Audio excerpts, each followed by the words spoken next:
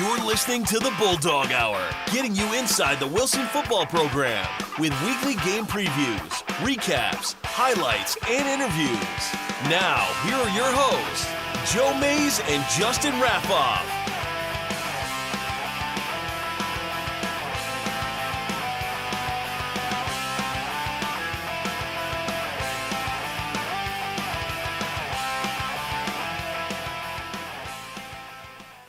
Well, hello everyone, and welcome to another year of Pennsylvania high school football, which just means another season of the Bulldog Hour. Here we are in year 3, ready to go. I'm one of your hosts, Joe Mays, and sitting next to me, my co-host, Justin Raffauf. Yeah, as Joe mentioned, it's awesome to be back. We're getting to that time of year. You kind of see it everywhere in the sports world. Everybody's kind of itching for football to get started, and not too long, and we'll be underway. Yeah, and we can't wait to go. Justin and I coach at one of the Wilson middle schools, and we are excited to start our season in just a week or so. And the high school, well, they're already underway thanks to the PIAA instituting heat acclimatization weeks about 4 or 5 years ago. I believe it started in 2013. The 2017 Bulldogs already practicing this week as we record the show and are getting ready to dive into their 2- and 3-a-day practices for 2 weeks before the big showdown on Friday, September 1st with the Governor Mifflin Mustangs. That one will be in Shillington, visiting Mifflin for the first time since 2015. And, well, that's just the way the 2017 season starts. But before we dive into the games, we actually got to sit down with some players, some coaches. We're going to cover that on the first couple episodes of the show, and then we'll dive into the regular season. We've got a bunch of kind of house cleaning or business stuff to go over before we get you the football information. So we're going to start right there, and we just want to let you know how you can get more from me and Justin and the show in general. There's a few different ways that you can follow and interact with us, and if you're listening, you can go to Facebook.com and find us at the Bulldog Hour. Just search for Bulldog Hour. Same thing for the main Wilson football page, which is Wilson Bulldogs Football. All of that is on Facebook.com. Twitter, another great place to follow the show and the team. Again, it's at Bulldog Hour and at Wilson Bulldogs. If you'd like to follow me and Justin on Twitter, at Coach Joe Mays and at Mr_Raffauf will get you more from us in between shows. We also send out pictures on Instagram. Again, that's at Bulldog Hour to get show-specific ones, and some reposts from the main football page, which is at Wilson Bulldogs Football. And finally, you can find an archive of all of the Bulldog Hour shows from 2015, 2016, and whatever we do in 2017. That is found on our main sports show page, which is youtube.com/user/Joe Mays and J-Raff show. And all of this will be in the show notes if you're listening on iTunes or SoundCloud. So make sure you follow us on all the social media sites, and we love for you to interact with us. You can do so there, and you can also just send us an old-fashioned email. That's kind of, I guess, out of date in this day and age. A lot of people using Facebook and Twitter and Instagram to contact, but we're old, so that yeah, works. that's right. We are old, so we like email. So if you'd like to contact us that way, show@bulldoghour.com or joe@bulldoghour.com. You can also go to our website. Obviously, that's www.bulldoghour.com, and there is a contact page on there, and you can fill out a form and send it our way. We'd love to hear from you. Questions, comments, suggestions, trivia, whatever. We are going to try to do some of our own trivia this year and maybe give out some prizes. We've talked about the last few years and it hasn't quite worked out yet, but hopefully this year it's something we can get underway. We would love to interact with anyone watching and listening to the show. And a new way we're going to do that this year, we had talked about it when we rebooted the show way back in 2015. We wanted to do this live. We wanted to have an audience watching, listening, and contributing while we were producing the show.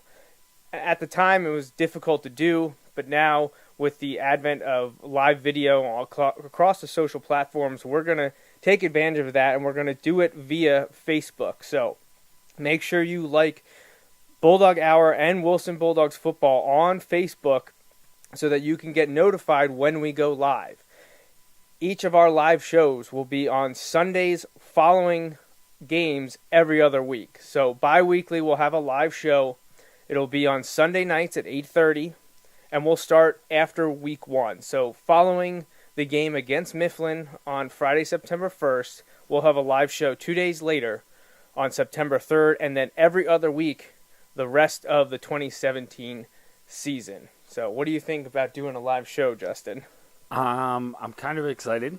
We have some experience with that in other realms, not necessarily with this particular broadcast, but so we've done the live show, but it'll be a little different. So not nervous, but definitely anxious to get that on, but also kind of anxious, because the topic here, it's a little different. It's a little, I don't know. It's a little closer to home. We generally talk about professional sports, which we love to watch, but other than watching it, we typically have very little interaction with the organization. Right. You know what I mean? Like here, we know the players, we know the coaches. We're in the community, so it's just. I don't want to say it's that we're more invested, but I guess it kind of is that. But it's just you have a more of a connection. Through coaching or through school or whatever, you know a bunch of the kids. So, it has a different role. I don't really know how to describe it, but it's a different take. I think it'll be fun. I mean, it'd be cool if definitely be fun. Coaches and players stop in, although I know they have films on Sunday night, so I don't know if that's possible. But it's really more for the community and the fans, members of like the Tradition Club and alumni that maybe are outside of the West Lawn area and don't get to come to the games. It gives them a chance. Which is a huge part of our following on Friday nights. Oh, sure. Yeah. Absolutely. The stuff that we do on Friday nights. You see a lot of the kids who are out just a couple of years who are, take a break from studying on their Friday nights to watch the game and interact with our Twitter accounts. Which is good, mental health sure. break, before they hit the books hard Friday night and That's on right. Saturday. Some of them play on Saturdays, That's so true. they're resting up, True. they want to know what's going on with their high school alma mater, and they check in. I routinely get direct messages from guys asking how they can watch the game or how they can get updates, and I'm always like, if they're at home, usually the media group has a live stream, so go to wilsonsd.org. If they're on the road, while I would love to be able to broadcast a game for the school on the road, the logistics of that and the money involved, not really there right now. So you're going to have to stick with me on Twitter. I send out pictures and game updates usually every few minutes as quickly and as up-to-date as I possibly can. And have new photography equipment this year that I'm very excited to debut. Actually, we'll start at the scrimmages here in a couple weeks, but obviously the game on Friday, September 1st at Mifflin will be the first one that has a lot of people with a vested interest. So the last housekeeping item before we move on to the season is just we invite you that if you enjoy the show to support us. And that doesn't necessarily mean monetarily, although we would appreciate that just because... we're not going to say no to that either. Yeah, no, we will accept that graciously and gladly. We have gotten... we've had a sponsorship for all 3 years. We've had donations from a few people. One would like to remain anonymous, but we thank them again for supporting us in year 3 of the Bulldog Hour. In years past, we've gotten donations from a couple other media members out there, one of which I'm working on getting on the show. We've reached out to a couple writers and photographers to see if we could just get a quick interview with them. We're also hoping to debut alumni interviews with past players. I'm hoping to do one of those in the next 2 weeks. I'd like to talk to past coaches, specifically Jerry Slimmer, I think would be a good one to get a quick interview with. So we're trying to do bigger and better things. Honestly, any support you can give us is appreciated, but besides sponsorship and advertising and the in-kind donations, one of the big things you can do is just spread the word. When we post on Facebook or on Twitter, retweet, like and share. Interact, like and share. That helps a lot. And visit the website, bulldoghour.com. The more hits we get on there, while we don't have any revenue sources right now, it just shows me that people are interested, and we can try to get some more advertising to keep the show going. Yeah, and like Joe mentioned, if the more you interact with us, the more we can be in tune with what it is exactly that you're looking for on the show too, and try to incorporate those things. We try to take those suggestions, and if they're feasible, we try to make those happen. Whether it's providing certain information or trying to find answers to stuff or previews to things. So, that interaction helps us figure out what it is you're looking for. So, yeah, the bigger the show gets, the more opportunities we are given, and the better the odds are of landing some of the bigger interviews that I know people are interested in. I would love to sit down and talk with Chad Henne and John Gilmore, and John Gursky Jr. would be cool to talk to him about his time at Wilson and Penn State, and about his father and what he did for the Wilson program. So the more people that watch and interact and, just show us that you're interested in the show, the better the chances are that we can do more. And the people that tell us they like the show, we really appreciate it, but help us spread the word and support us in any way that you can. All right, well, so Season 3, Episode 1 of the Bulldog Hour, we're going to take a quick look back on 2016 before we look ahead to 2017 and talk to some senior players. So, looking back on last season, well, we know it was quite the run for the team of 2016. Started out a little rocky. I mean, they beat Mifflin. That was great. You always like to beat Mifflin, especially at home. Then they had that thriller against Springford, double overtime, a stop just shy of the goal line, I believe, by Tommy O'Brien, and Wilson wins. And in one of the better games that we've seen over the years, definitely one of the most dramatic games we've seen. Then they have a little bit of a hiccup at Central Dauphin the next week, and then they hit their groove following a close contest at Warwick. Following that game, things started to get a little bit easier. They felt a little bit better about themselves. They steamrolled a few opponents before sneaking by Manheim Township, which we'll definitely get to them in a future shows, because that could be a good one down in Manheim this year, later in the season. Then we know what happened in the playoffs. They came in strong, got it done. They got a little bit of revenge on CD East, another team definitely to watch out for in 2017. Thankfully, we don't have to worry about that till the playoffs. Before getting to the district championship game. And, at the time, you for certain at halftime were very positive, which if people know you, and me, really, I mean, I'm actually probably worse than you, but if people know us, we are very cynical and pessimistic. So, when it was 14-0, it's not that we don't believe in the coaches and players. We just know the odds aren't in our favor. Right. But you turned to me, and what did you say? I think I said something along the lines of, figure out who we want to interview, because, well, for the record, we interview after wins for the most part. So figure out who you want to interview. We're going to win this game. And you kind of looked at me like, yeah, I hope so. But it's one of those things. The tides turned quickly in that game, and that was a lot of fun. Well, the players and coaches didn't give up on themselves. They rattled off 4 straight. I'm not saying like that. That was clearly not. We have no interaction with them at halftime there, but they said it was pretty much the message in the locker room was, look, we're in this thing, and you guys are just a hair away from making the plays you need to make. Make those plays in the second half. Stop making mistakes. And that's what they did. Yep. They stopped a very good team. Cumberland Valley, very, very strong. And 14-0, while not insurmountable, it's district championship game. You're not going up against the team. This is the CV team that beat Central Dauphin, I believe, the week before in somewhat of a shocker. And so there was just a little bit of a surprise that, for a lot of people, that they could swing back and overcome that 14-point deficit. But that was a lot of fun. That game was great.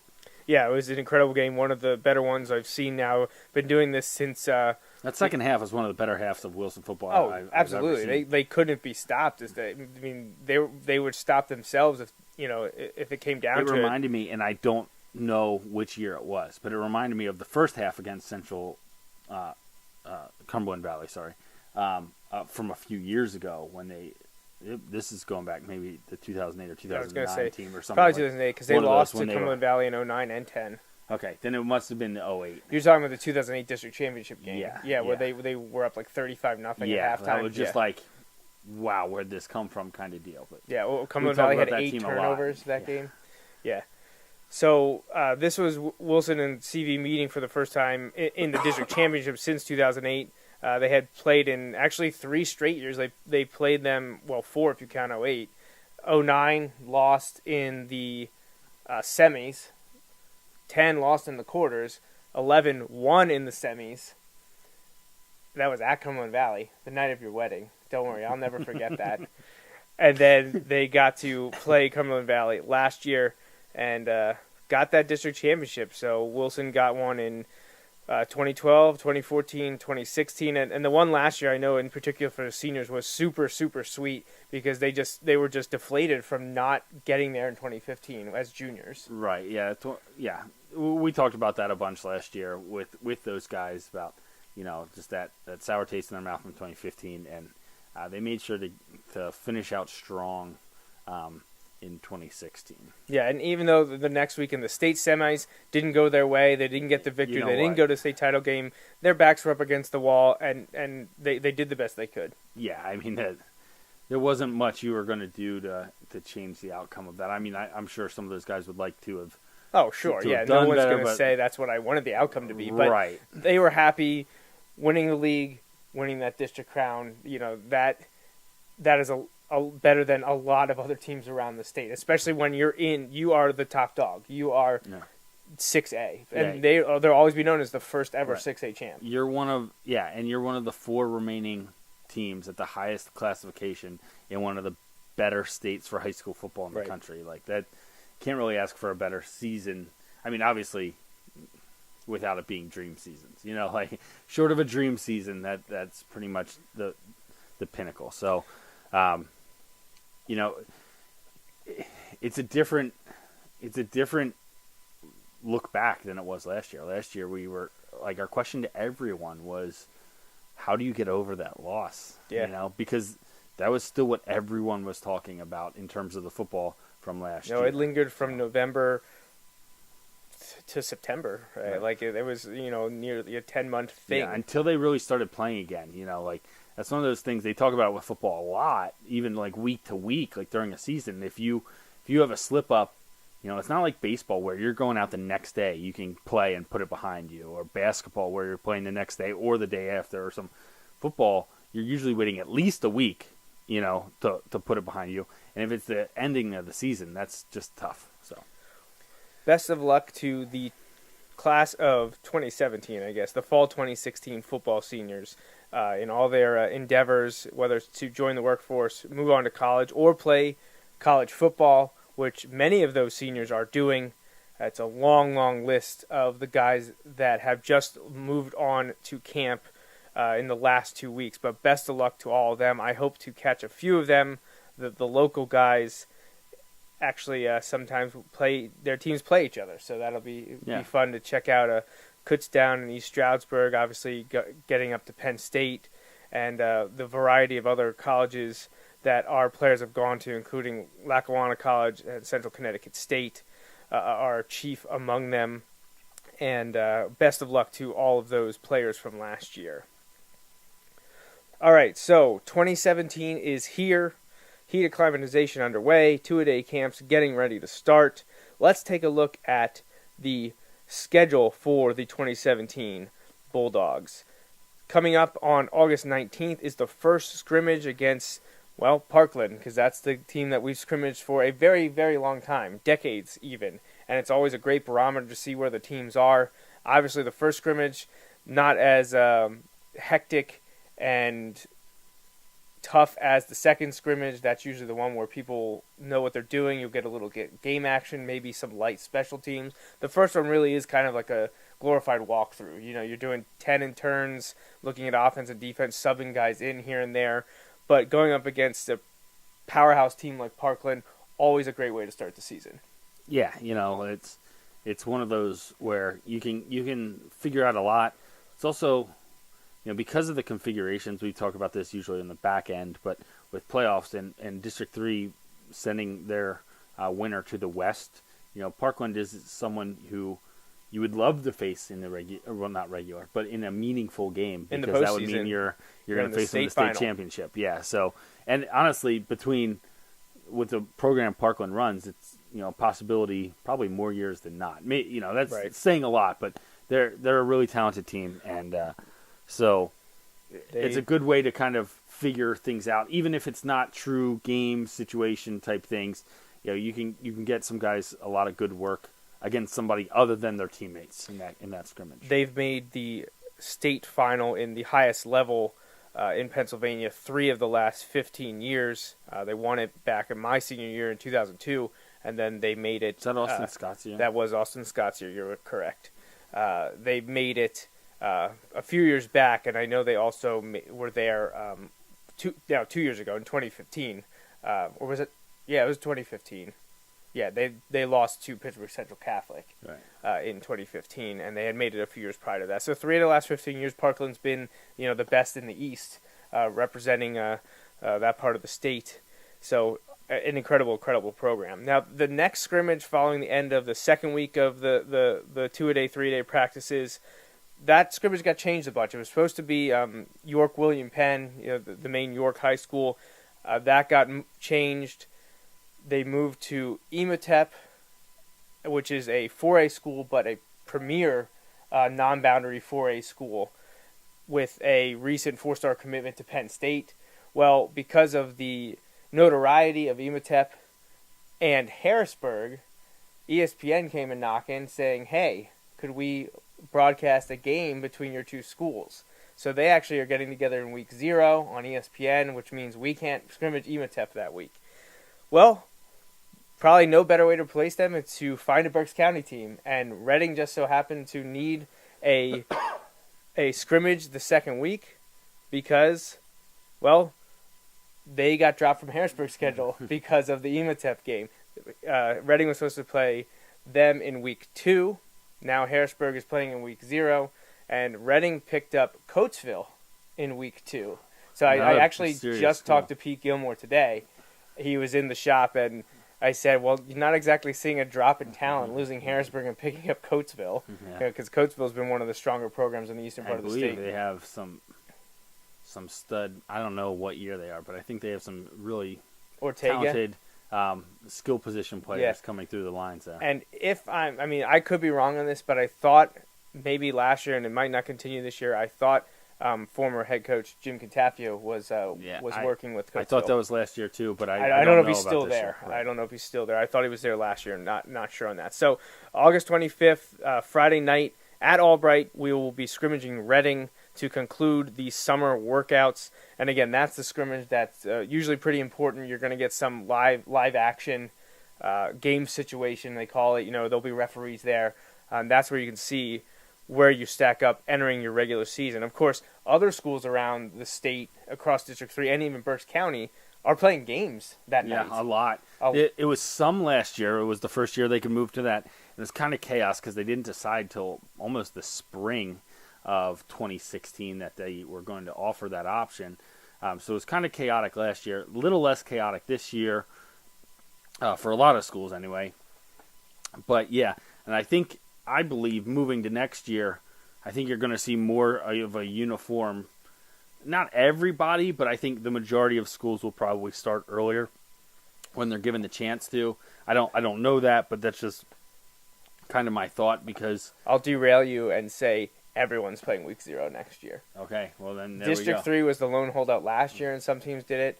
Next year, everyone's playing week 0. Everyone will have a bye week. Well, depending on the district alignment, District 3, everyone will have a bye week. Well, because District 1, they kept their 16-team playoff, which is why Springford basically was told you either have to play 9 games, which would really hurt you, or you're going to play 10 and you're going to play week 0. Yep. And why do I know that? Next year it has to be week 1, right? Why do we call it week 1 next year, right? Well, yeah. Why do I know that? Well, I talked to Coach Doms, and we'll get to that in episode 2 of the Bulldog Hour. But Coach Doms has a lot to say about schedules for the Bulldogs, both this year and in 2018, and looking ahead a little bit to 2019 as well. So, what happens after the scrimmage? Well, we get to play Mifflin in week 1, our week 1, on September 1st. I believe Mifflin's week 2. It is. Correct. Then we get to go to Springford on September 8th. That is their week 3. And then we finally are home to host a game against Central Dauphin on September 15th. That is their third game as well, but they have a bye week before. Week 4, but game 3. Yes. So all 3 of those games, interesting situation because of what's happening with the Wilson schedule and the other team's schedule. And Coach Doms, you'll hear from him about that exact situation on episode 2.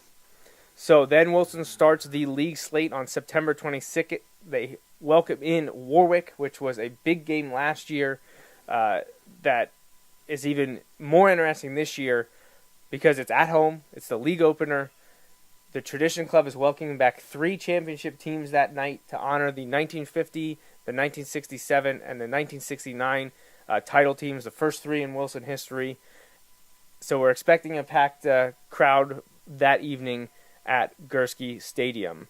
Then Wilson will go to McCaskey on the 29th before coming back home to host Penn Manor and Lebanon on October 6th and 13th. This is the last year Wilson will be playing Lebanon. They will be moving all the way down to Section 3 starting in 2018. Then we get to the big one. Yeah. October 20th at Manheim Township. They want revenge for a year ago, and they want to be the last team to beat Wilson and the team to end the streak now, because they last beat Wilson on October 26, 2007. Wilson hasn't lost a league game since, and Township is loaded. So we'll get to a preview on them, in October. We might touch on it a bit more on a later show, but Manheim Township is up with Wilson as the team to beat in Section 1. Absolutely. That was a heck of a game last year, and Manheim Township returns a lot in terms of key contributors, and so it's going to be that's going to be an interesting game come the end of October. One more game in October for the Bulldogs right before Halloween, October 27th. They're at Hempfield. Then the last week of the regular season is November 3rd. Bulldogs finish at home at Gursky, hosting Conestoga Valley, who I believe also will be switching sections in 2018. They will be switching with Cedar Crest. So we'll welcome the Falcons back in 2018. We'll say goodbye to the Buckskins, and we'll also see Lebanon leaving. If you're doing the math and you're wondering where's the other team coming from, you're going to have to wait to listen to the interview with Coach Doms if you don't remember the breaking news in January about what the LL is doing with their schedule in 2018. Then there's 5 weeks of playoffs. Obviously, we hope Wilson's playing in all of them, but the dates are up there for your information. November 10th is the District 3 6A quarterfinals. November 17th is the semifinals, and then they shift to Saturday from here on out. Should Wilson continue to win and move on, the D3 6A championship will be at Hershey Park on Saturday, November 25th. And then the 2 state games, the state semifinals, which is the West Final, is December 2nd, most likely in Altoona. And then December 9th, the big one, the 6A state final back in Hershey. Now, we're not going to get into any predictions or anything, and I don't want people to say, why would you put those dates up there? It's just for information purposes. It's all the information. It's just to have it out there. So I don't want people from Wilson talking about jinxes or people outside the program saying, oh, you think you're going to play in the state championship. They're just dates, people. Get over it. Yeah, that we didn't make up, and we're not the first to publish. Right. So we just wanted to get that information out. There's the schedule. We're not going to dwell on any of the games right now because we'd like to get to some player interviews. So first up, we're going to have a little sit down. I got to talk to 8 senior players just a few days ago. So I think up first, why don't we throw it to the 2 big returning offensive players. That would be senior quarterback Connor Urig and senior running back Iggy Reynoso. I asked them a bunch of questions. They were very gracious, and they gave a lot of good, honest responses. It was a lot of fun, and I'm looking forward to you guys hearing that. And then we'll have 2 more sets of interviews with other senior players. So first up again, Connor Urig and Iggy Reynoso.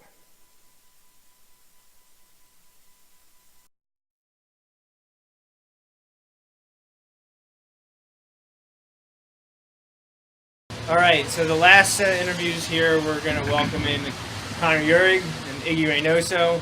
So welcome to the third season of the Bulldog Hour. We're happy to have you guys on. I know we talked to both of you a lot last year, but we wanted to talk to you before the season, which I don't think I got to do last year. So this will be nice to get your take on things that are yet to come. So how were summer workouts? How was the Monday, Wednesday, Friday? How were things over the summer? They've been pretty easy. Yeah. Again, well, I'm kind of used to it now, but it was like we're getting to it, grinding as a team. And we're getting all the sophomores into shape and getting ready for the season, leading into these 3 days and declimatization practices. And now as the upperclassmen, you get to watch the sophomores figure out what Wilson football is all about. I heard some of them were introduced in a tough way at the beginning of June when you guys started. So some of them quit already. Yeah, well, it's not for everyone, and Yeah. you guys know that. You guys have played football for a long time. You know it's not a game that everyone can handle, and that's okay. But we like the ones that stick to it. And now you guys here, senior year, lots of big things expected from you guys. Before we move on to this season, we'll talk a little bit about each of you. Do you both, I know you do for sure, college ball? Are you interested in playing ball in college, Connor? Yeah, I'm interested. I'm still looking, waiting for people. How's recruiting and looking at the next level going for each of you?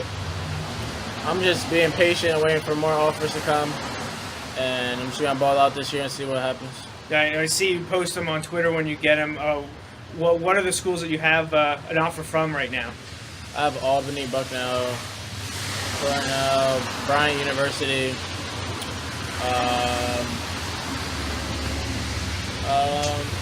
Can't think of anything else. They got a nice handful of them, though, at least there to contemplate, and more coming as the season goes on, I'm sure. So, have you made any visits? Just kind of getting anything, sorting anything out for the next phase. I after just went this to year? a couple camps, and I've gotten emails from coaches and stuff. Just keeping it open. Yeah.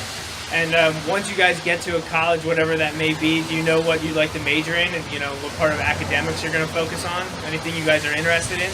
I'm probably gonna study something with sports management, sports medicine, I don't know, something like that. Yeah. I'm looking into business. I'm not quite sure yet. Yeah, that's a popular one. Business, finance, accounting. Yep, for sure. Now, for both of you, it's your second season as starters, and with the program. How more comfortable are you with the offensive system now, entering second year as a starter, second year with the program, as things just started to really click? How do you feel entering the season in that regard? I'm still kind of learning the plays, to be honest. Yeah. I feel pretty comfortable, behind the center and everything. And now I get to make everyone else get better and comfortable. Yeah, Connor, he gets Yeah, everyone. I'm helping Iggy out. He's your calming force. He's the guy that... I ask him every play what I'm doing.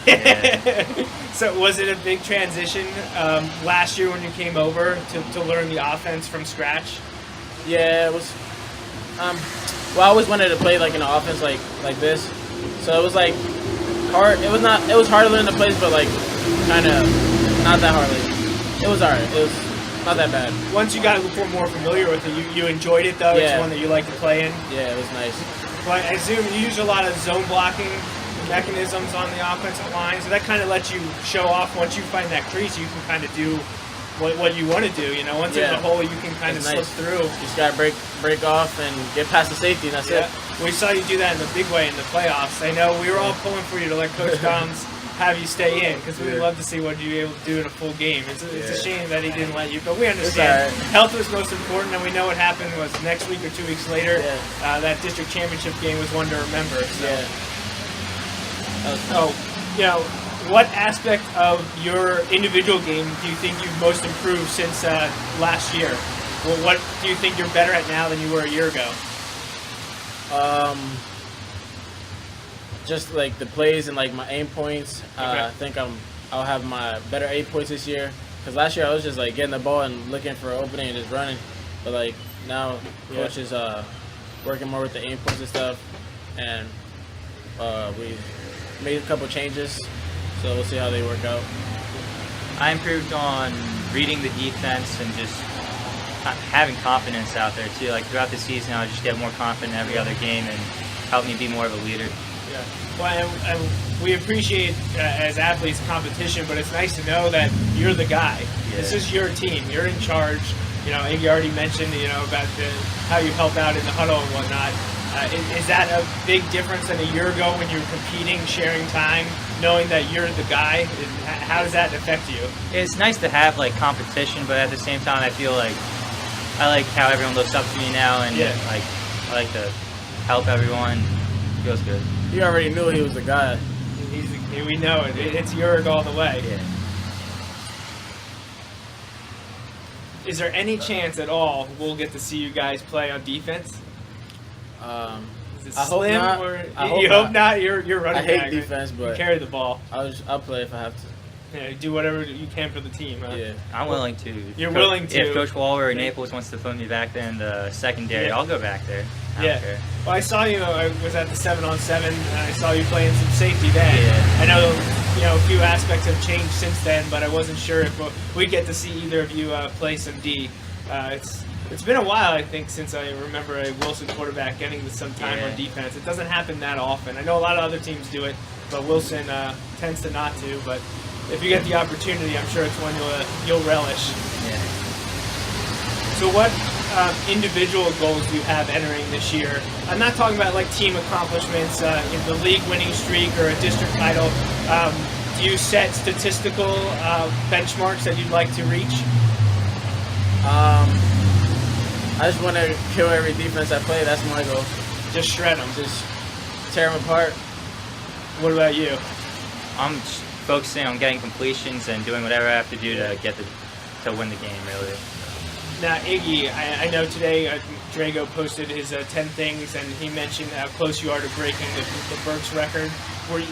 Do you carry that with you? Were you aware of that? Did you know the amount you needed to break the record? Not really. I don't really care about that. That's not one of my goals. Like I don't really see that as like it's cool, but like it's not right. It doesn't mean anything You're not to get Berks County. Right. goal. Entering the year, you're not like, I need to break this record. Yeah, There's so many other things you're worried about. That's just kind of like icing on the cake. If you get it, hey, that's cool. Yeah. Yeah. So.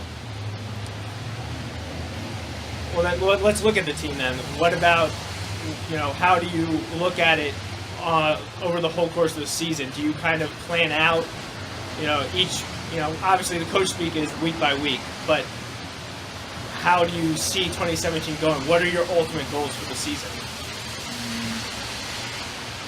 Well, there are going to be a few. It doesn't have to be one. Yeah. You don't have to say state title. We all know you guys want a state title. Yeah. But what are like kind of the little bit incrementally as the season goes on? What are some of the goals that you look to?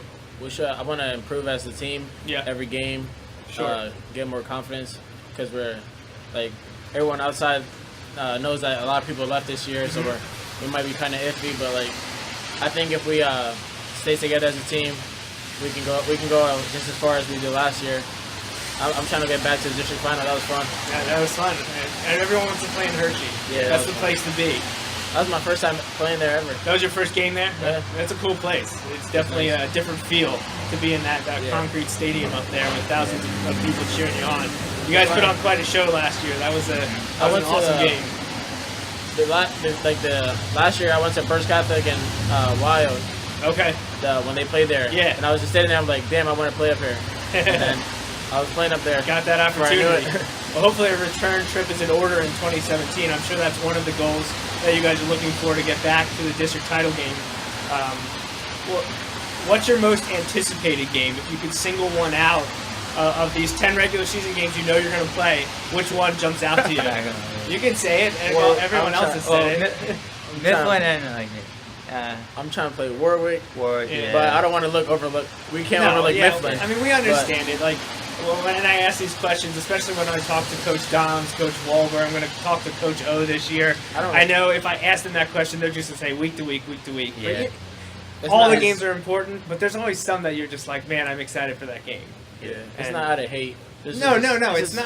It has nothing to do with that. Yeah, it's just like you're ready for that game. Warwick gave you a tough time last year. They did. That was one that everyone was excited. Now we get to have it at Wilson this year, and actually first league home game. Yeah. And actually, the Tradition Club is honoring past championship teams that night, so there'll be some alumni coming into the town. So that's a huge game. Some of the other interview guys, obviously Mifflin, rivalry game. That's a huge one. Springford because of the way it went down last year. Yeah.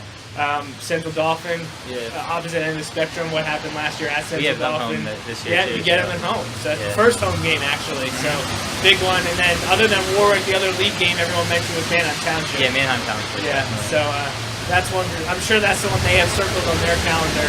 Yeah, but every team has a circle on their calendar. That's true, and that's something that I'm sure the coaches tell you every year. Yeah. And we tell it to our kids in the middle school.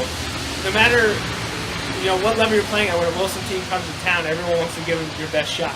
Yeah. And you're going to find that out in a tough way in league play this year because everyone wants to end that streak. And Exactly. Township, the media thinks Township is the team to give you that run. And going to Township, that makes it even harder. Yeah. Warwick is the next one. That's a big one. You get them in week 4, so that'll be interesting for sure. So a lot of offensive weapons graduated from last year. You mentioned that a lot of good players have moved on. Weller, Wright, McElroy, Bode, Twyford. You can just go down a list and name them. But besides the two of you, who should Bulldog fans be excited about seeing on offense this year? Who else do you think is going to step up in a big way, make big contributions as an offensive weapon? Everyone. We got weapons everywhere. Got a lot of big name guys. We can throw anywhere. Yeah.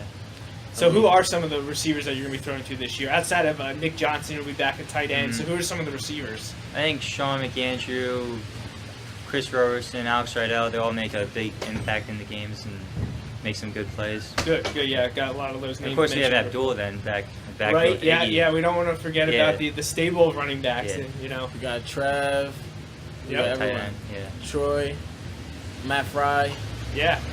A lot of good players. You All the guys all linemen. know him. You've played with him for a few years, but once the seniors go, then the fans are left trying to figure out who's going to step up. So it's good to hear some of those names. Staying on talking about some of your teammates, maybe outside of the receivers that you just talked about, who else could have a big year that that maybe outside of the program people haven't heard about? Offense, defense doesn't matter. Just who's a guy that you think's going to have a big year? I think Eddie Ortiz is going to have a big year on defensive end. Yeah. Yeah. Brings a lot of energy to the team and everything. Certainly. Gets us fired up. Yeah, Eddie Ortiz. They kind of sleeping on him, but he got something in his pocket.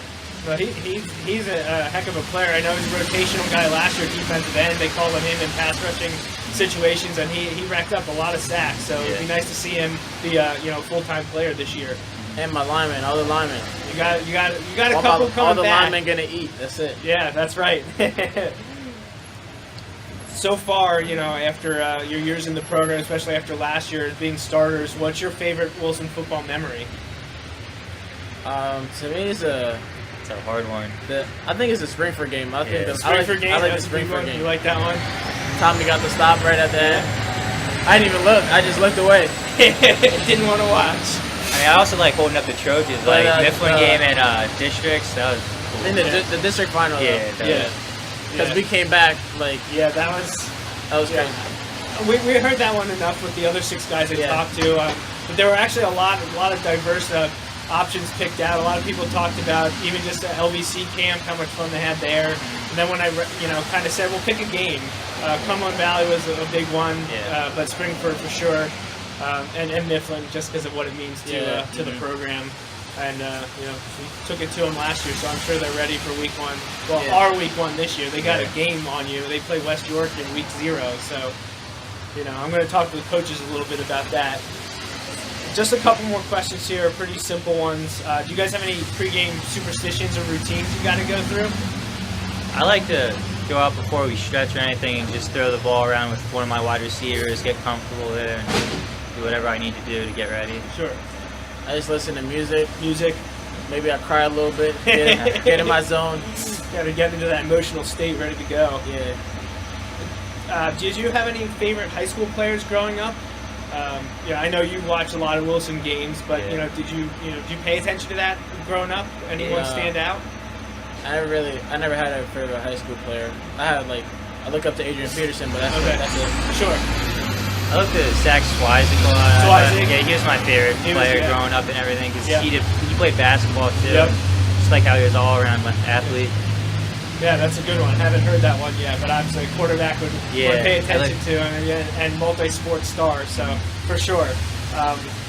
Do Do you guys have a favorite NFL or college teams that you like to watch, be a fan of? I don't really have a favorite college team or a favorite NFL team. I just have players I like. Okay. Yeah, I like Eagles and Penn State. Eagles and Penn State. I like to watch that. Yeah.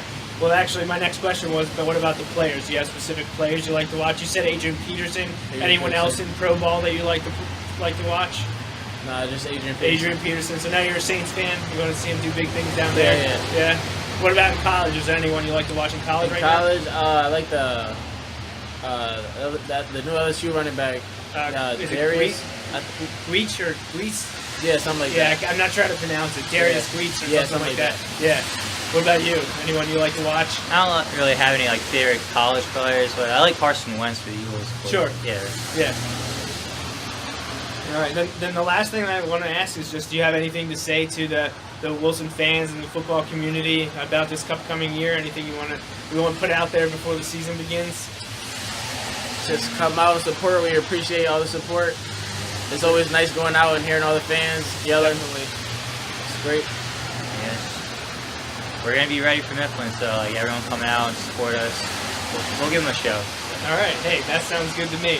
But thank you guys for joining us for the first episode of the Bulldog Hour. I'm sure I'll get to talk to both of you after wins on Friday nights this year. Yeah. So best of luck this season. Thank you.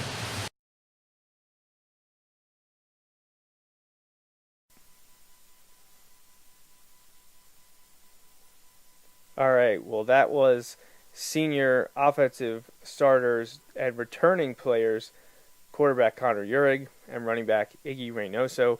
I thank them for their time sitting down with me, answering my questions. I think they had a lot of fun. Actually, all the guys had a lot of fun. They were very open and very willing to answer anything that I asked them. And now that we're into the third season of the show, it's nice to see the players very receptive and wanting to do that. So we're going to move on now and hear from two more senior players, and that would be some of the linemen returning starters on both sides of the ball, Wyatt Schonauer and Chris Price. So I throw a lot at them as well. They had a good time laughing and even going off script for a little bit as I just kind of enjoyed the flow of the interview. So I asked a few questions that I wasn't intending on, and they were very, very fun, having a lot of good time. And Chris Price especially was very, very forthcoming and willing to answer my questions. And Wyatt had a good time, and I got to talk to him about his family, because obviously you probably have heard the Schonauer name before when it comes to Wilson football. Just a little bit. Yeah, just a little bit. So, yeah, good time with Wyatt Schonauer and Chris Price, and you're going to hear from them right now.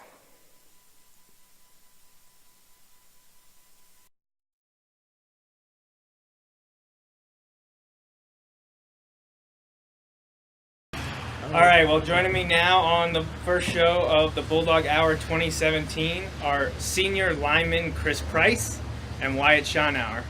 Thank you for having us. Thank you. So, guys, 2017, Yep. ready to go?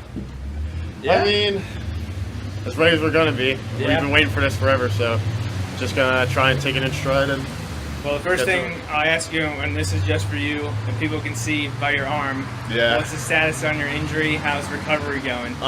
well, I just actually had a therapy session today, and it's actually accelerated.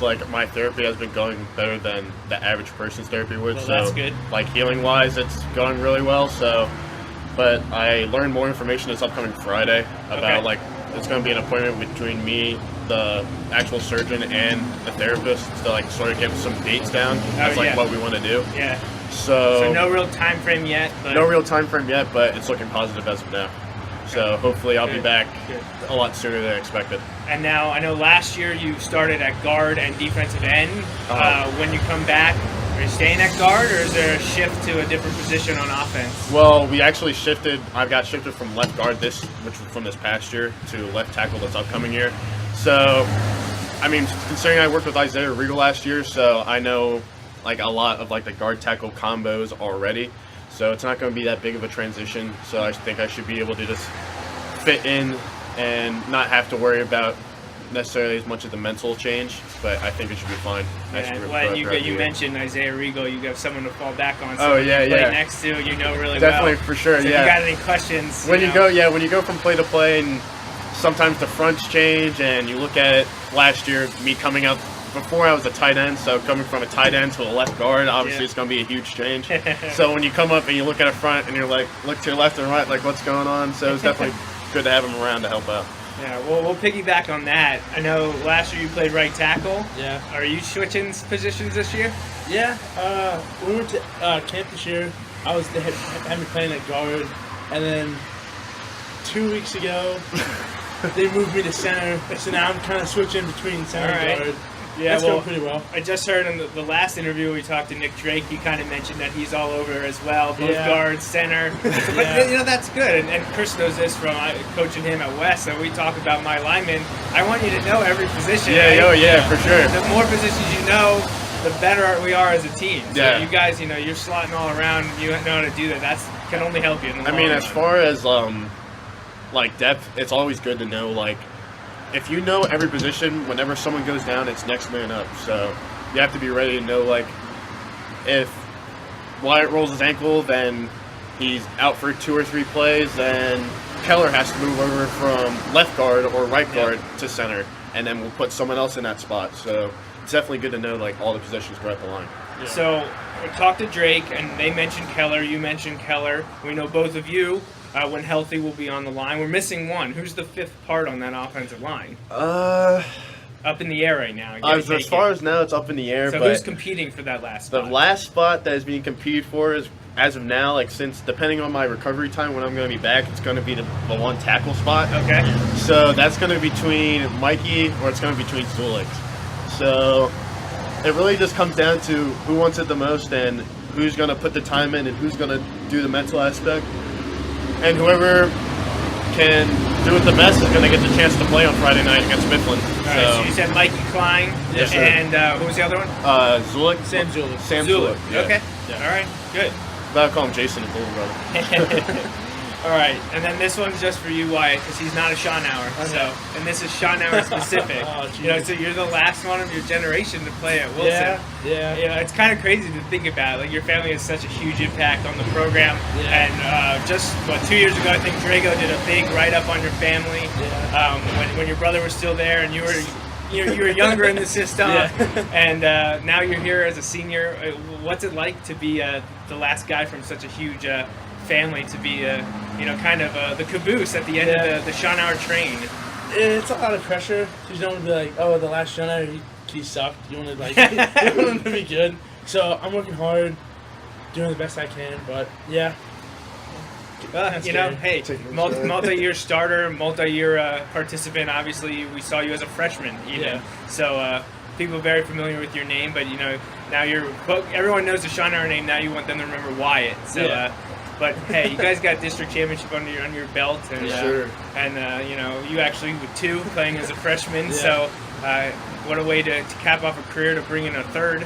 I mentioned to the guys in the last interview session that Wilson team hasn't won back-to-back district titles since 1989 and 1990. So it's not a common occurrence. The last one was Cumberland Valley in 2009, 2010. So I'm sure you guys had aspirations of that and even higher. So why don't we just go there? What are your expectations for this year? What are your team goals for the season? Well, of course, we have to take game by game. So the first step is always beat Mifflin. You always got to beat Mifflin first. So, we can't look past the week we're on. So we can't look past the scrimmage that we have coming up against against Parkland, and then the next one's against Reading. Yep. So for now, we just have to worry about that. We have to be ready and prepare ourselves with our fundamentals and play-wise and physicality and make sure that we're physical enough.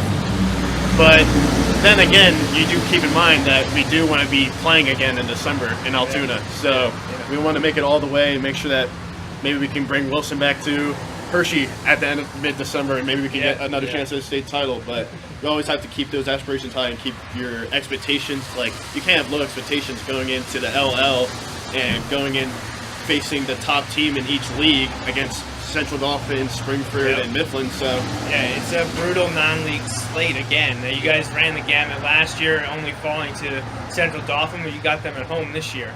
So I know that's a game that piques everyone's interest. What about you guys? Other than the coach speak, I know you want to take it week by week, but you look at that calendar, you got the slate of 10 games you know you're guaranteed. Is there one specific that you're like, I'm ready for that game? I want that game. That one is very important to me. Central Dolphin. Central Dolphin? Central Dolphin, Mannheim. Mannheim Township? Yeah. Those are big ones. But, I mean, definitely Central Dolphin. I mean, of course, the Mifflin game's huge. It sets the tone for the year. Yeah. But Central Dolphin, Mannheim's going to be, oh, my God. Yeah, that's at Mannheim. Personally, yeah, that's a big one. Yeah, that's going to be a big one for us. And then also Warwick. I'm really excited for Warwick. Yeah, you guys touched on the same four that the other group mentioned. And everyone mentions Mifflin. It's not to, push that down. It's a rivalry game. But when that's not the first off the tip of your tongue, you know that there's some big games this year. Yeah, you mentioned Central Dolphin, Warwick for what happened last year and anything that's happened in this offseason. Mannheim Township, they thought they had you last year, and they bring everyone back, and now you got to go to their place. Sure. And the last group mentioned Springford. They thought they had you too. Double overtime, they thought they had it. Stopped at the goal line, and now you got to go there as well. Exactly. Yeah, there's a lot of huge games. Yeah. Just gotta. I mean, every year there's a target on our back, so we just have to take it in stride and come out and practice with the same attitude every day, and we'll be prepared for all those games. Do you guys have aspirations to play college ball? Are you interested in continuing to play football? I do. You do? Yeah. I mean, I'm interested, but I'm not currently looking. Haven't been going to any big camps really. So I mean, I'm interested in playing college football, but it's not necessarily a top thing on my list. Okay. Have you done any kind of recruiting? You making campus visits? Yeah, I've gone to a couple camps. Went to Temple, Bucknell, and Albany this past summer. They've done pretty well. Yeah, good. So, just imagine how I have to keep pushing myself my senior year, and we'll see where that goes. Sure. You're obviously, if you're focused on recruiting or maybe playing college ball, where you're going to go still up in the air. If you don't decide to play college ball, is there a school that you were thinking of attending to further academics, or are you going to join the workforce? The dream school, Penn State, of course. Another school, best school in the world. I will preach that till I die. So I mean, as an alumni, I'm glad to hear that. Yeah, Penn State, easily Penn State. No Pitt. I don't know why everyone's saying hail to Pitt. No, that's not how it works. Definitely Penn State's my dream school, but obviously you have to keep things in perspective. So have plenty other options in case that doesn't work out. So of course there's going to be other state schools around the area that I'm looking at, but definitely Penn State. That's number one. Yeah, definitely Penn State. What about the academic portion of college? Do you know what you want to major in? Maybe a major in business. Business? Okay. Yeah. I've been looking at software engineering and accounting. Okay. So I'm just looking at both those fields. Those are very different fields, obviously. Yeah. But I mean, doesn't mean you can't minor in whatever you don't major in. Major in accounting and minor in software. Who knows? Accounting, business, finance, all that kind of stuff kind of ties into everything you'll do, especially as you work your way up in the workforce. So having that kind of stuff in your back pocket is always good to have. Oh, yeah, for sure. For sure. All right, so what aspect of your football game have you most improved since the end of last season? What were you working on that you're saying, I'm better at that in 2017 than I was in 2016? For me, speed. That was my problem last year. Actually, someone mentioned that to me about you. We were talking about it, and it said Wyatt is fast. Yeah. And they said you've been going to camps. Yeah, because last year I was strong, I was big, I wasn't fast. I maybe just managed to get to my blocks, but this year I'm faster. So big strides in your footwork. Yeah. Good. Yeah. What about you? I feel like once I got a hold of the mental game last year, then everything, of course, comes along with it. Once you go into a play, if you don't know what you're doing, you're never going to go full speed. It's so hard to go full speed and go at someone when you don't know if that's what you're supposed to do. So obviously, once my mental game clicked, a lot of stuff came together, just my blocking overall. But I feel like the thing that, besides my mental game, that I definitely improved on was probably just my blocking and getting into people and making sure I get on my assignments. So that was definitely huge for me. I asked for questions on the Tradition Club Facebook page and on the Bulldog Hour spots. So we touched on this a little bit about the new offensive line, but we'll say it again. Isaiah graduated, Jake Morris is gone, Franz is gone. With sophomore Nate Keller played as a freshman. He's expected to do big things this year.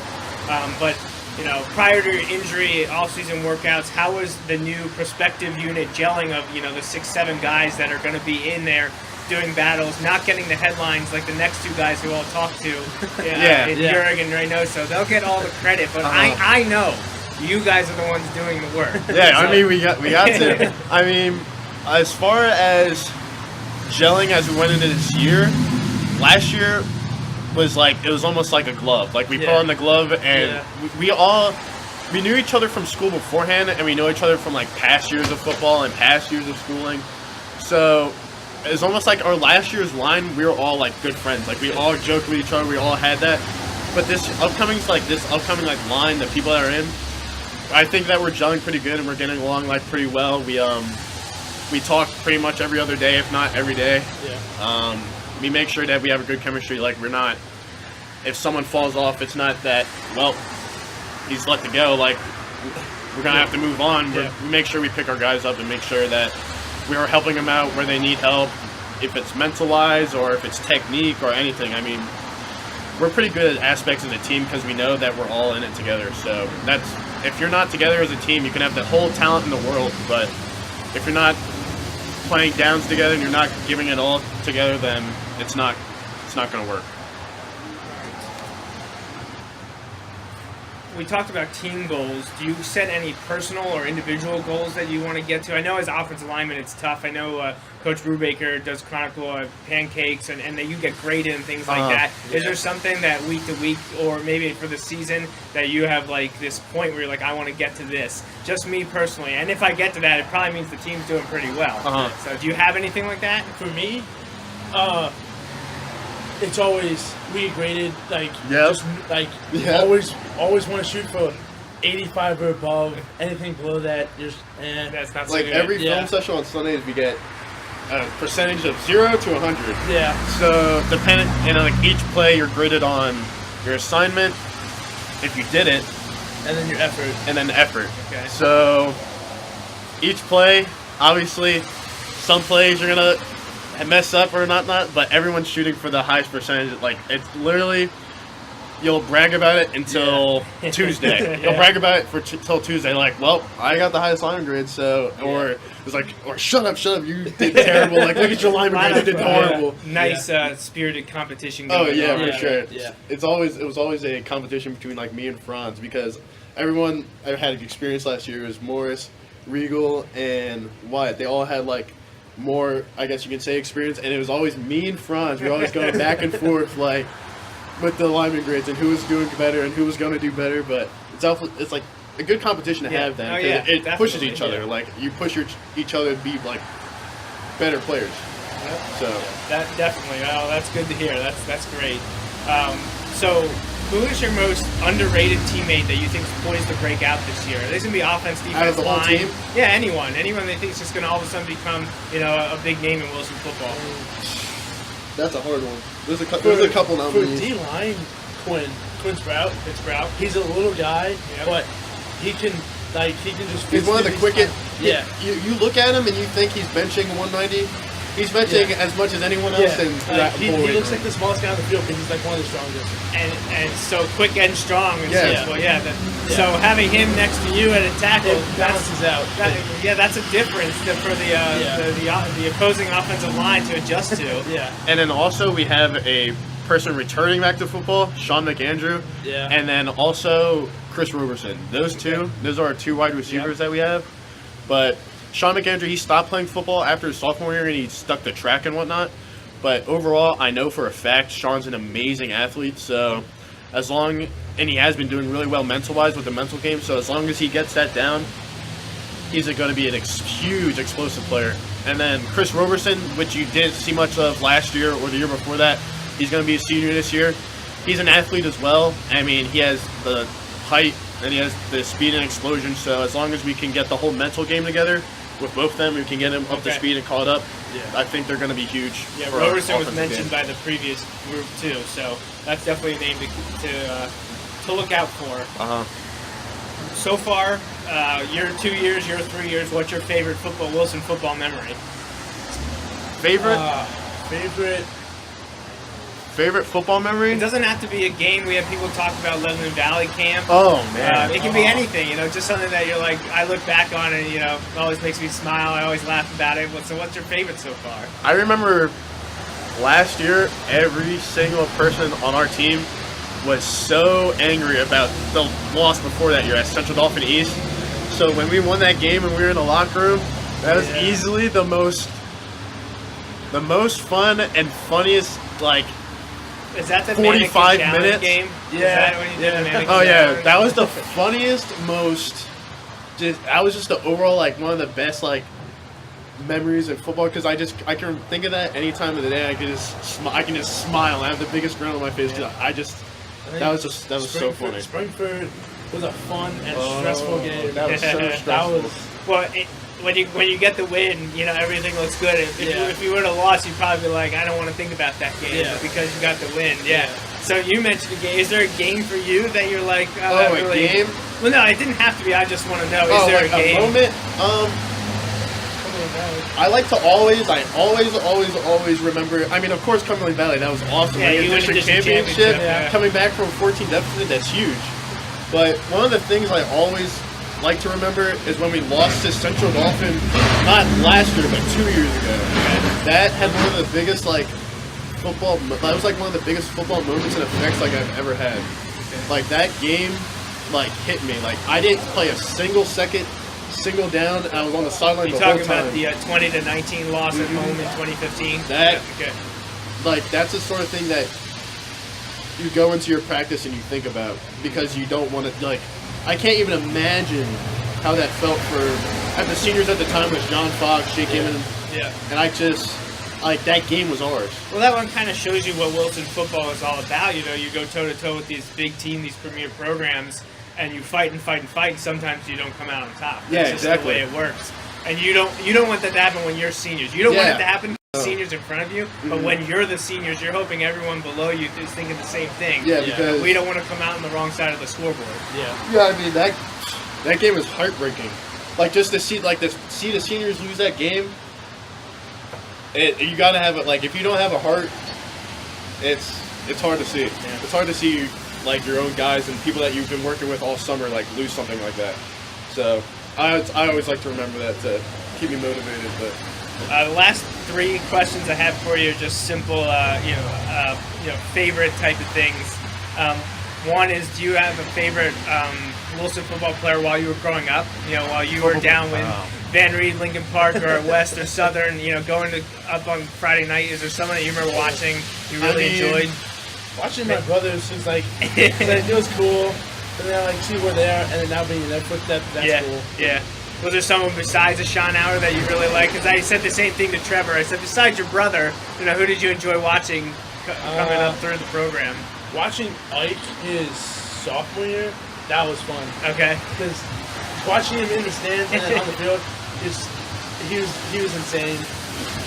I mean, player-wise, like, I only started playing football again in 8th grade, so I didn't necessarily follow, like, the Wilson football as much until I hit middle school. But I'm going to have to say the same thing. Like, when I came up my sophomore year and I was watching Ike play, and when I was, like, practicing against Ike, that's by far the most, like, I don't know, that's probably the most memorable other football player that, like, I think of. When I think of Wilson football, like, I think of Ike. Ike, yeah. And getting handled by that dude, because I practice squad when you're 185 pounds, practice squad, defensive tossed end. around like a rag. Yeah, going against like a all-state. Go against you in blitz period. That was always fun. Yeah, when I was a sophomore, that was Mike Nelson and Andy Rowland who were throwing me around as a sophomore. Those are some fond memories of being decleated by those guys, and many others too. Those are the ones that I remember. You'll always remember, like, you'll know, like, those one or two guys that just, like, when they're coming, it's doing my best. I mean, what happens. What about favorite pro and college football teams to watch? Favorite pro. Favorite pro football? Yeah. Oh, that's a hard one. I like the Packers. You're a Packers fan? Favorite team or favorite player? We'll get to that. Let's go team first. Team? All right. Yeah, team, well, if you had to watch one of 32 teams, which one would you like to watch more often than not? It's funny how you say Packers. I want to say Packers too, but to be original and to go off that, if anything, I want to watch the Falcons. I don't want them. I can't believe they lost the Patriots. If I'm gonna watch any of the NFL teams, Let's not open that up. Yeah, we're not gonna go into that. Subject. That's gonna. Well, what about college? You guys like a college team? The Penn Wisconsin State. Badgers and Penn State. Penn State. You say Wisconsin? Yeah. What is it about Wisconsin that you like? My mom's from Wisconsin. Okay. So I just kinda Got the used to connection. go there all the time. Obviously, Green Bay, too. So, Yeah. kind of keeping it home. Pennsylvania, Wisconsin. Those are football states. No. Penn State National Championship 2017. Calling it now. I'm gonna post this video on my Twitter. I'm gonna say, remember when I said Penn State was going to the national championship this year? We have proof. We now have proof. It's down on record, bro. What about you mentioned? What about pro and college players? Is someone you like to watch Pro play? player, it's just someone that's fun to watch. I mean, if entertainment-wise, obviously, like, not obviously, but I'm gonna say, even though it goes against like my whole, I'm gonna say Ezekiel Elliott, but that's just because he's an explosive player. Hate the Cowboys, but then college-wise, Saquon Barkley, Oh yeah. Heisman winner. That's down on record too. That's so down we have now that. too. I'll Now make sure we have clip that down. those. So when it happens, Yeah. I'll just say, he called it in August. Saquon, yo, if he can stay healthy, it's easy. It's already in the bag. You already won. What about you, Wyatt? Just watching Aaron Rodgers and all the passes. Yep. His Hail Mary passes are just insane. Something of legend. Yeah. He just throws them up there, and then they somehow get to It's the incredible. target. Yeah. What about in pro? Is there a Penn State or Wisconsin guy or someone else that you like to watch? Not really. Not really. No. Yeah. Hey, that doesn't have to Saquon. always. You said Saquon. yeah. You said Saquon. Yeah. You said Saquon. All right. Then the last thing is just: is there anything you want to say to the Wilson fans community about this upcoming season? Don't sleep. I mean, we lost a lot. Obviously, we lost a lot of starters, but it's Wilson football. Yeah. It doesn't matter who we lose. It doesn't matter what happens or who goes down or what. It doesn't matter. Next man up, and we're going to head with you. It doesn't matter if we're going with the same 11 guys going both ways. We're going to do it. So. All right, well, guys, that's all the questions I got for you now. I'm sure I'll talk to you guys after your wins on Friday nights in the fall. Looking forward to it. Yeah. So thanks for this, and Thank good you. I luck this appreciate year. it. Yeah, Thank you. thanks. Appreciate All it. right.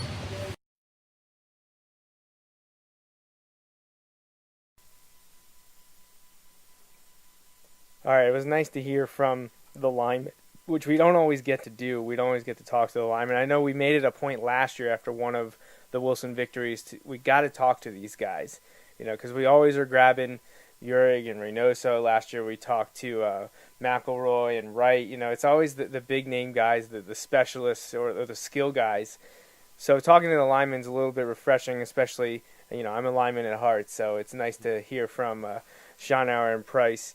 And we have another set of interviews this time. We're going to talk to 4 senior players, and it's Trevor Tanga, Hunter Regal, Trevor Hatley, and another lineman, Nick Drake. So let's hear what the 4 of them had to say as we sat down a few days ago for a little bit of a preseason interview for the Season 3 premiere of the Bulldog Hour.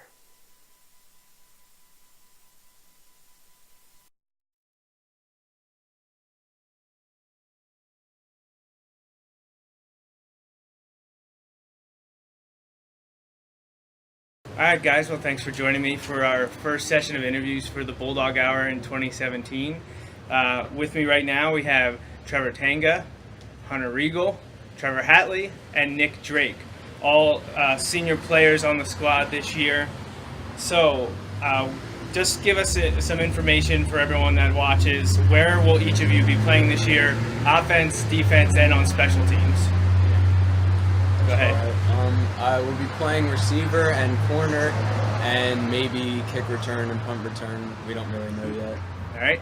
I'll be playing running back and outside linebacker, and special teams I'm not sure yet. All right. I'll be playing linebacker and tight end, and maybe I can go on a special team. Okay. What about you, Drake? Yeah, on offense, I'll probably start out at left guard, but I have the ability to play center and right guard in case of injury. And for defense, I'm a D tackle, and for special teams, we haven't installed it yet, but I'll probably be on like punt or something. All right. Sounds good. So how are the summer workouts? How are the 3-day-a-week? It was a blast. Any different this year or more of the same? I feel like it was more the same. same. Yeah, it was the same, but it did feel easier just because we've been Felt doing easy. it. Well, yeah, you We've guys been doing it for third so year, long. right? Yeah. So things are kind of become a little bit more common, a little easier for you to handle.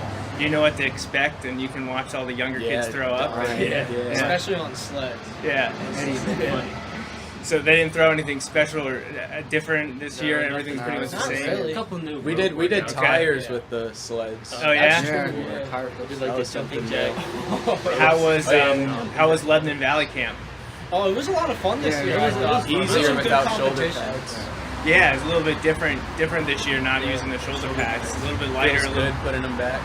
but you still get. I mean, I watched some of the highlights from your 7-on-7s or inside run, whatever it was. And it's still you use those bags pretty viciously. So. Yeah, it's like tack.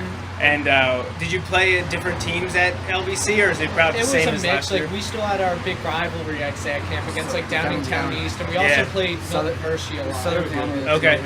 Yeah. Was there a team that stood out from you that you probably won't see this year, but Downingtown. they look pretty good? Yeah. And Milton Hershey. Yeah, Yeah, both of them were solid teams. we played.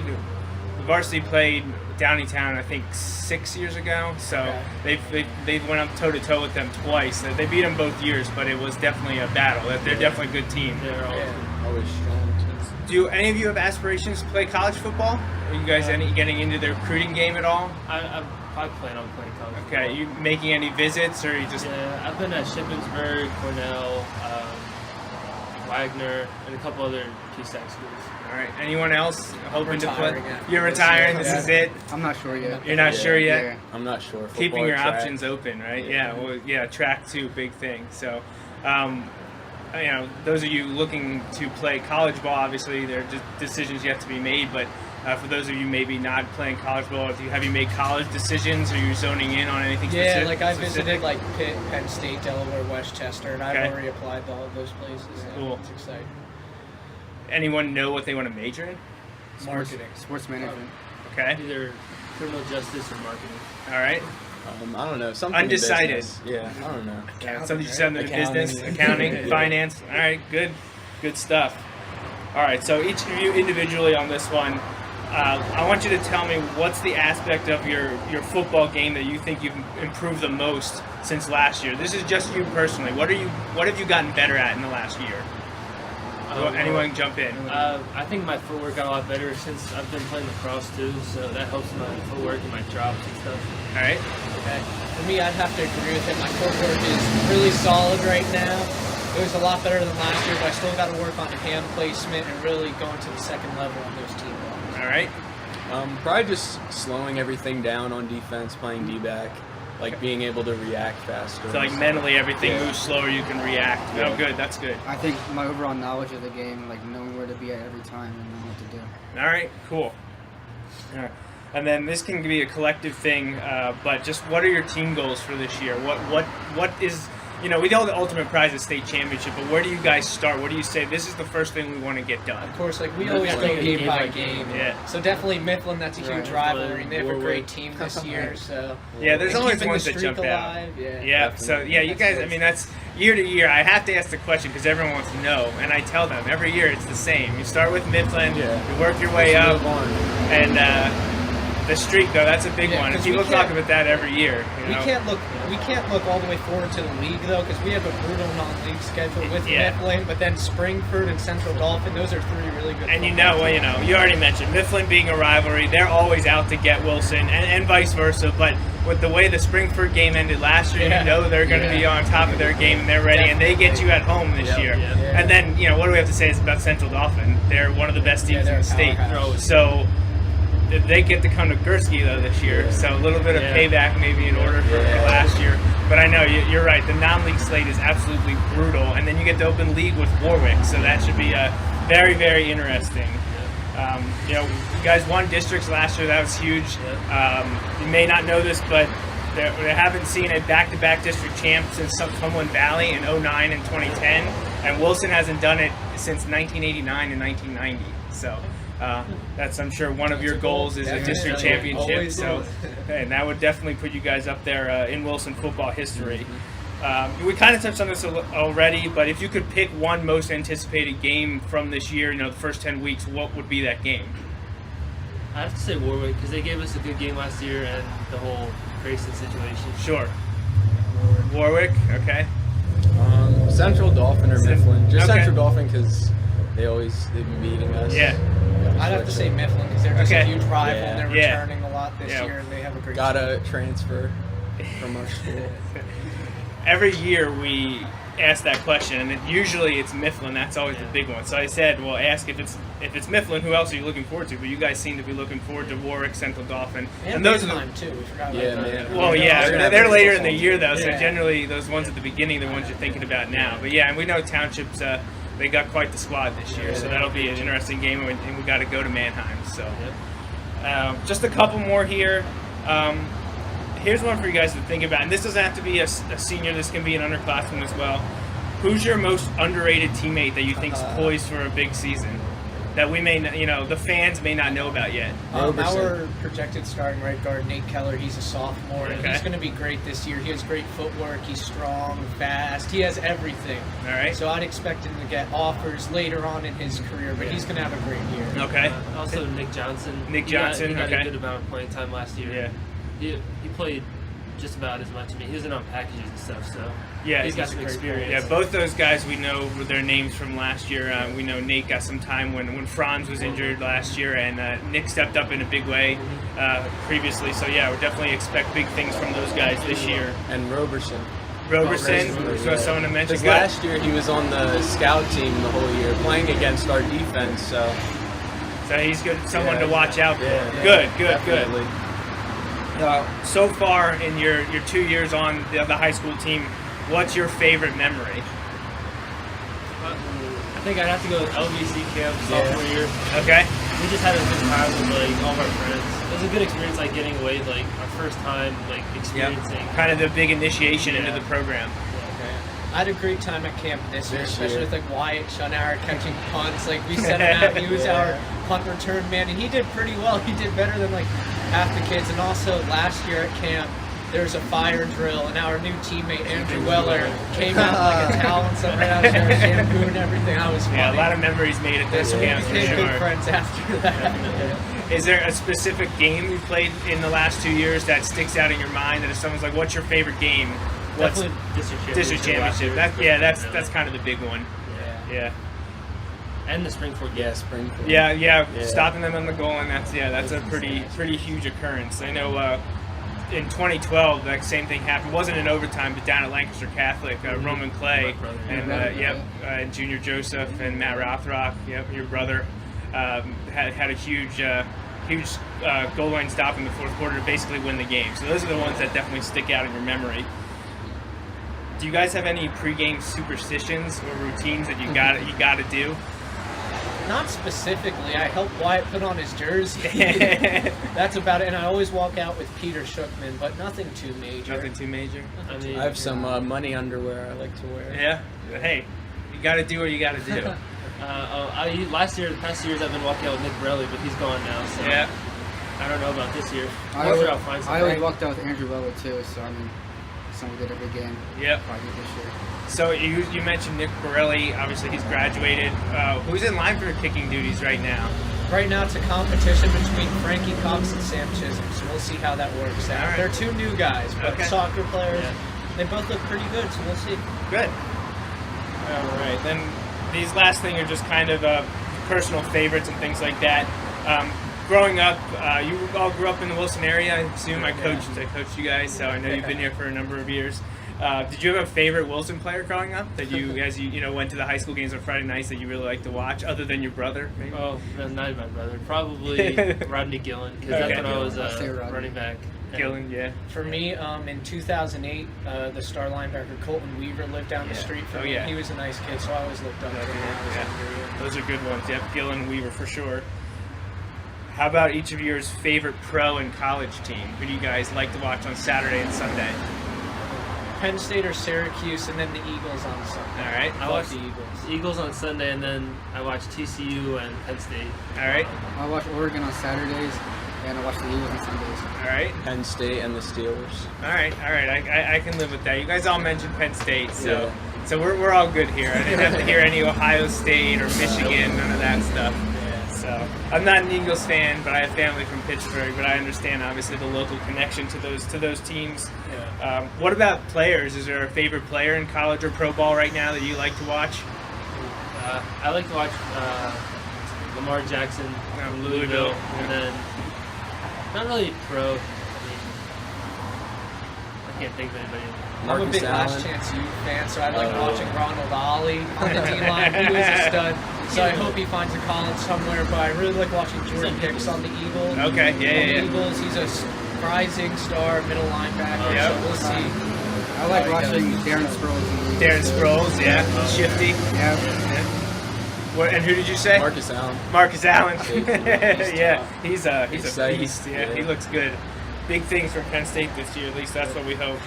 All right, then the last thing is there anything you have to say to the fans, your family, your teammates, about this upcoming season, senior year? Leave it all on the field. What do you got to say? I mean, people are definitely we're definitely underdogs going into the season because we lost a lot of people, but I wouldn't let that fool you. We're looking pretty good. We don't rebuild, we reload. Yep. Right. Hey, that's the motto. That's what you got to stick to, and that's what Wilson seems to do every year. So, all right, guys, thank you so much for joining us, and good luck this year. I'm sure we'll be catching up with you guys after the games on Fridays. Yeah, hopefully. Thank you. Thank you. Thanks.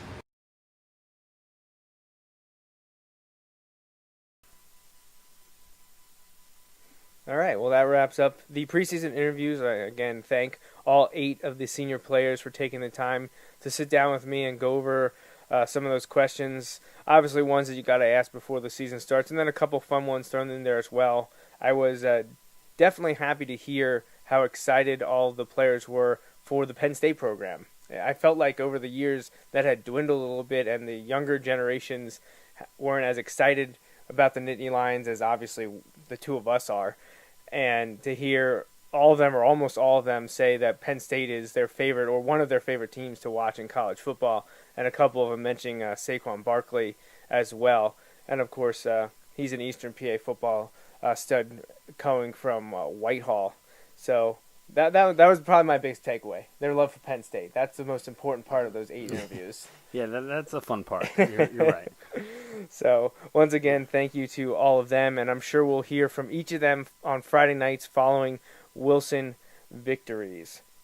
So, that about does it for episode 1 of the Bulldog Hour. Again, we went over a lot of business at the beginning on how we're going to handle the show this year, some new things we're going to do, ways that you can interact with us and support us. So, make sure you head to bulldoghour.com for all that information.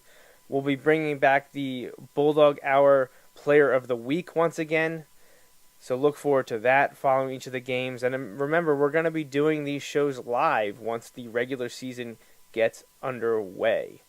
So anything to say before we get out of here on the first episode, Justin? No, just thanks again to the players who make themselves available. It is still their summer while they're getting ready to gear up here. That's kind of what makes this. Just from us talking to it to give you the actual insight, that makes it a lot of fun. So thanks to those guys. Definitely. Stay tuned for episode 2 of the Bulldog Hour coming out in just a few days. We talked to the players. Who's up next? Time to talk to the coaches. We'll have interviews with head coach Doug Doms, defensive coordinator Ernie Wolber, and hopefully 1 or 2 other coaches as well. So, for the Bulldog Hour, I'm Joe Mays, he's Justin Raffauf, and remember, go Bulldogs.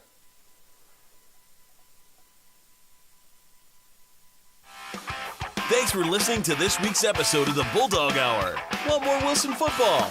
Follow the show on Facebook, Twitter, and Instagram. Subscribe to the podcast on iTunes and SoundCloud, or visit www.bulldoghour.com.